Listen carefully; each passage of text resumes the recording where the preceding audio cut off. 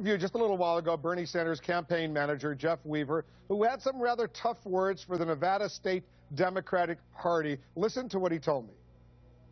We do not condone any kind of violence or threats. That's unacceptable. Bad language. That's unacceptable. But we are not going to allow the millions of people who supported Bernie Sanders to be sort of rolled over in places like Nevada by the way they handled that convention. The Sanders campaign says that the Nevada State Party, the Democratic Party, prevented a fair and transparent process. Was it unfair? Well, first of all, let me just reiterate that the Democratic National Committee remains neutral in this primary based on our rules. But when I heard what happened at the Nevada State Democratic Convention this weekend, I was deeply disturbed.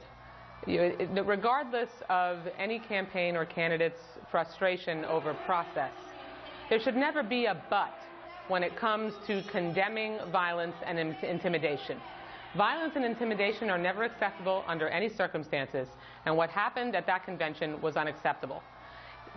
I was not at the convention, and the Democratic National Committee didn't have anything to do with the way the meeting was run, but the bottom line is that we've had the same rules in place, that elected Barack Obama, and these rules were adopted for state parties all across the country in 2014. They were followed, and even if the Sanders supporters were frustrated, there is never, under any circumstance, a place for violence and intimidation to be resorted to in response. Congresswoman, the Nevada State Democratic Party said, and I'm quoting now, that Sanders' campaign staff and supporters incited violence and chaos. Those are pretty strong words. Does the DNC believe the Sanders campaign, that staffers actually incited violence? Well, like I said, I was not there, but I do know, because there was video and acknowledgement, that chairs were thrown at the stage, that violence was used, that the state party chair, Roberta Lang, who has worked in the trenches to elect Democrats for decades, has been threatened. Her children, her child has had implied threats where people have called and said they know where her child goes to school. This is unacceptable behavior, and the Sanders campaign and Senator Sanders himself should not only outright condemn that specific conduct, but they also need to take steps to prevent it and make sure that their supporters understand that the most important and correct way to respond to any frustration they have over process is to be civil and orderly, not respond with violence and intimidation. And that needs to be unequivocally condemned. And unfortunately, it has not been unequivocally condemned. Have you reached out directly to Bernie Sanders to talk to him about your concerns?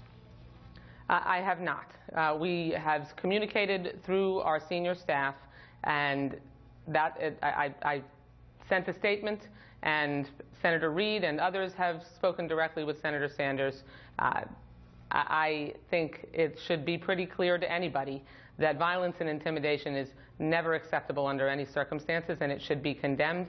And there are no ifs, ands, or buts about it. Why not call him? Why not reach out? You're the leader of the Democratic Party. Why not make a phone call to Senator Sanders and tell him exactly what you just told us?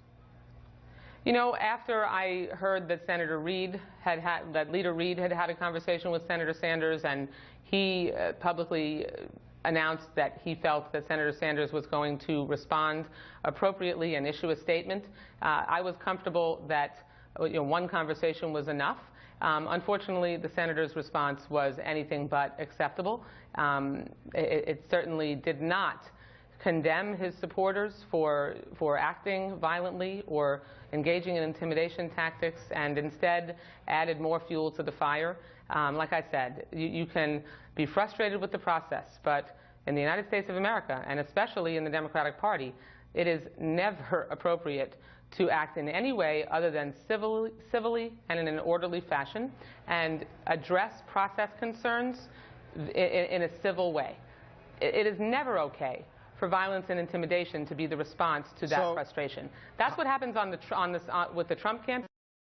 We can never resort to the tactics that they engage in. Congresswoman, how are you going to make sure, given the anger out there, given the passion out there, that you can prevent this kind of chaos from developing at the Democratic National Convention in Philadelphia? Well, I think that as a result of this happening this weekend, we will have conversations both at the staff level as well as my having conversations with the candidates so that we can make sure that both campaigns are focused on making sure that we can allow this process for the duration of the primary to play out in a civil and orderly way, and make sure that we don't do anything that is going to make it more challenging for us to unify behind our eventual nominee so we can elect a Democratic president.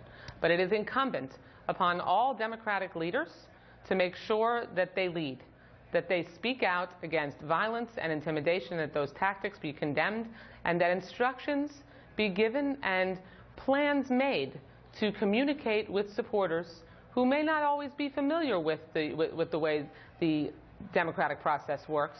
Make sure they understand it and let them know what they can expect and what the expectations of each campaign is of their own supporters in terms of the way they act as the remaining delegate selection process